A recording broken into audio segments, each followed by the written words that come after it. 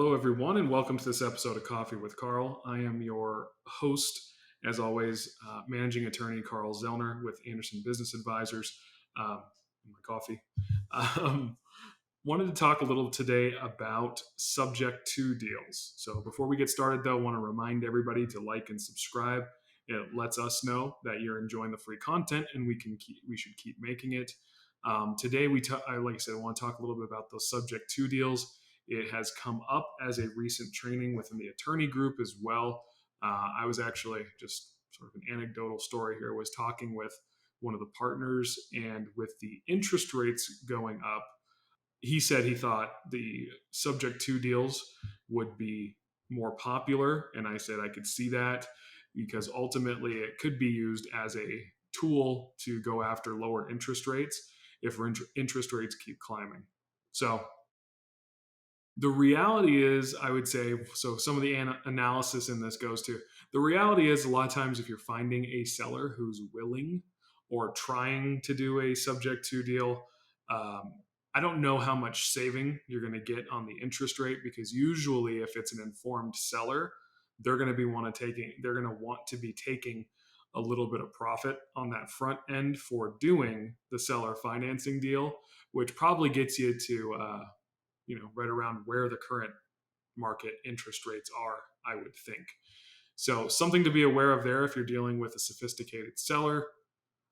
A few other things just to note about subject to deals is they are a bit, by nature, a bit in the gray area when it comes to, you're sort of buying the property mostly unbeknownst to the primary lender on the property.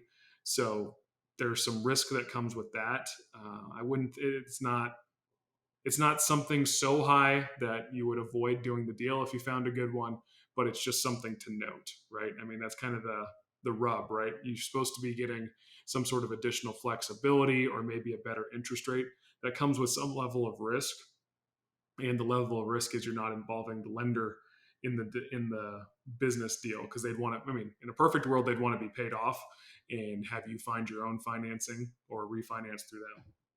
So keep that in mind too. Like I said, you're sort of doing a deal without the primary lender involved, so there is a level of risk involved with that. But that being said, we have lots of clients who do these type of deals all the time, and they work out very well. So that's not a deterrent. That's just an FYI. When it comes to subject to deals as well, you should be familiar with your local rules and regulations on types of liens and things like that, because a lot of times these deals are pitched to the seller as, let's sort of be partners on this deal. So if I'm coming in as an investor, maybe I get the property, but I'm doing it to rehab the property, and then myself and the seller will somehow, whatever percentage is appropriate, basically split the profit on the property, so that way you never really have to take full possession of it. So just be aware, like I said, different local rules and regulations will let you know what liens and sort of remedies are available if, say, the seller changes their mind and tries to kick you out of the property because they think, or one of their, I guess, meddling family members tells them, no, you can just kick them off the property. I mean, it's their fault. They didn't have the appropriate paperwork in place and things like that. So number one is get as much of the deal or detail in writing that you can. Number two is make sure you know your local remedies if for some reason the deal goes bad, because they have gone bad from time to time, usually from the influence of outside parties to the seller that basically inaccurately inform them of the rights that the seller still has. So just be prepared. I would say also just build that into your risk formula for those type of deals, right? So for every, I don't know, maybe you're doing 10 of them, maybe every 10 there's one that sort of sours.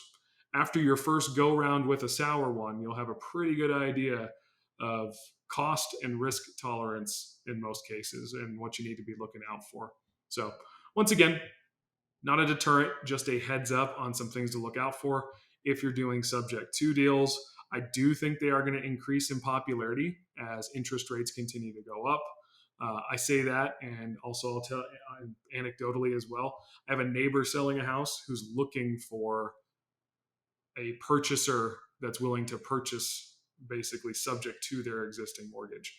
So my guess is they're probably a bit more of an informed seller, or they have an agent who's a bit more informed. So they're probably trying to make money on that interest rate spread, which I think will probably almost balance out to what it would be just to get a traditional financing on a personal residence. So once again, appreciate everybody showing up for this episode of Coffee with Carl. Like and subscribe, tell your friends, all these other things, and we will catch you on the next one. Thanks, everyone.